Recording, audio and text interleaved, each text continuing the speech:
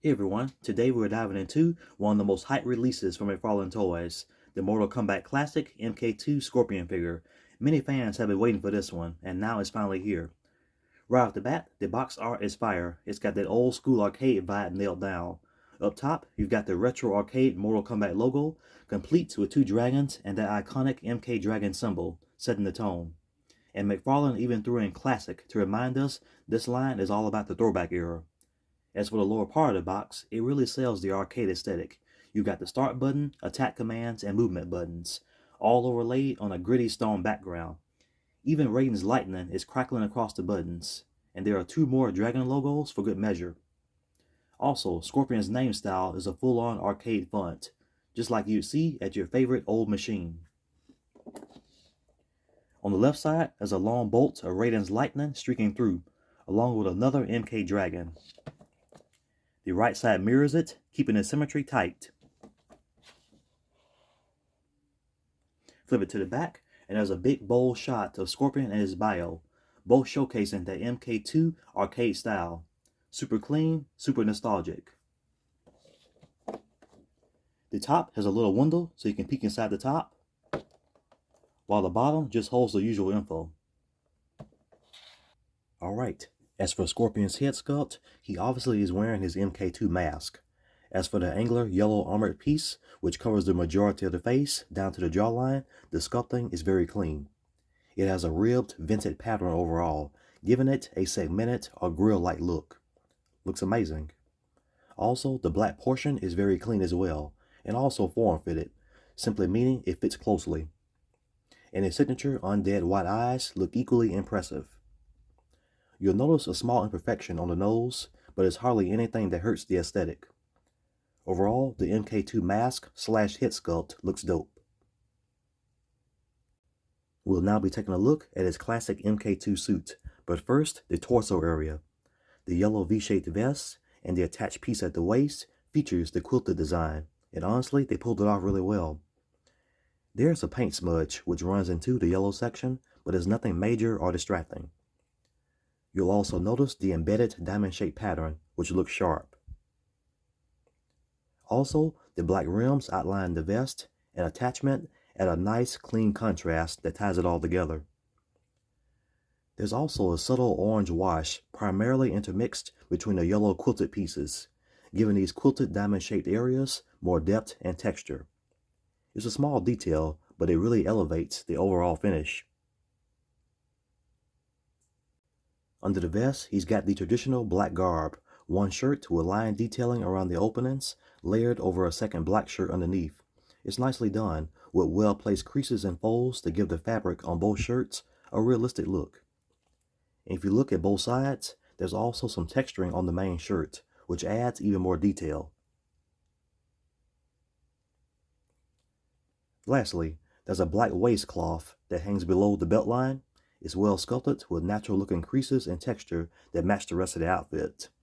Altogether, it's a solid, well executed design with just the right amount of detail to keep it visually interesting. Now, when it comes to the belt, it's definitely not the same design that we saw Scorpion rocking in MK2. Back then, his belt was a yellow, medium-thick quilted piece with black edges and a black fastened section on top. This version takes a different approach. Instead of the classic look, it features a simpler black piece wrapped around the waist. That said, even though the belt is not game accurate to MK2, the figure overall still looks very good. Moving on to the arms, they're sharply sculpted with clean definition. The black wraps around the biceps look great, while the black gauntlets and hand protectors complement the style and look solid. The black pants continue to trend, very well sculpted with impressive texture work. Also, the armor pieces over the knees and parts of the thighs look great, as do the shin guards. You'll notice the raised sections and those round screw-like details on the edges. They really pop. The traditional ninja footwear, which is known as Jika Tabi with the split toe design, looks spot on. And the wrappings around the lower legs add to the overall aesthetic. From the back, everything holds up. The vest and everything else continue to impress with solid sculpting and attention to detail. And this weapon needs no introduction. This is Scorpion's signature spear weapon, which is the rope dart. The design really mimics a metallic surface and looks dope in terms of sculpting and the silver color finish. And attached is a very thin piece that is basically like a bendy wire, which allows for posing. Looks very good overall. Then here's the MK stand. Very nice.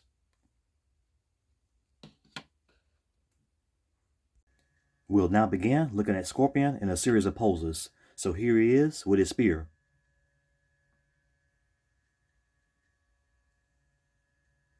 Then here's the Undead Spectre featured in front of the MK themed cardboard backdrop, which comes inside the packaging. And these are perfect if you want to pose your figure against a sick, eye-catching background. And here's another look at the figure.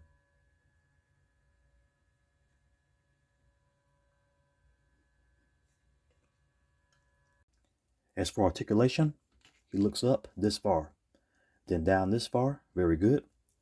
The head tilts very well, and it turns with no problem. Butterfly joints, the arms raise up to a 90-degree angle. Full arm rotation, bicep swivel, double jointed elbows, wrist swivel, and a hinge. He has a diaphragm cut so he can pivot and rotate at the diaphragm. There's a ball joint in the waist area so he can pivot there as well. Waist swivel. He bends forward that much, not bad at all. And he goes back that far, very good. The legs can easily reach a 90-degree angle. And they kick forward completely. And they go back this far. Very nice. Double jointed knees and the lower legs bend back this far. Good. Swivel at the foot. It goes up that far. Down this far. Ankle pivot and toe articulation. Alright, time to wrap things up. And I've got to say, I really enjoyed checking out this figure. Scorpion sculpt and color design are on point. The detailing on the sculpt is solid across the board. The head sculpt looks great, and the suit stands out with some impressive pattern and texture work. The only real miss here is the belt, which has a different design than expected, something I mentioned earlier. But aside from that, everything else hits the mark. As for the paint job, the color quality is clean overall. Even with the few minor imperfections I pointed out earlier, they don't really take away from the figure as a whole. When it comes to articulation, this figure delivers. There's a ton of it, with a great range of motion, even in the areas covered by the vest, which still manage to move pretty well. All in all, this MK2 Scorpion looks dope.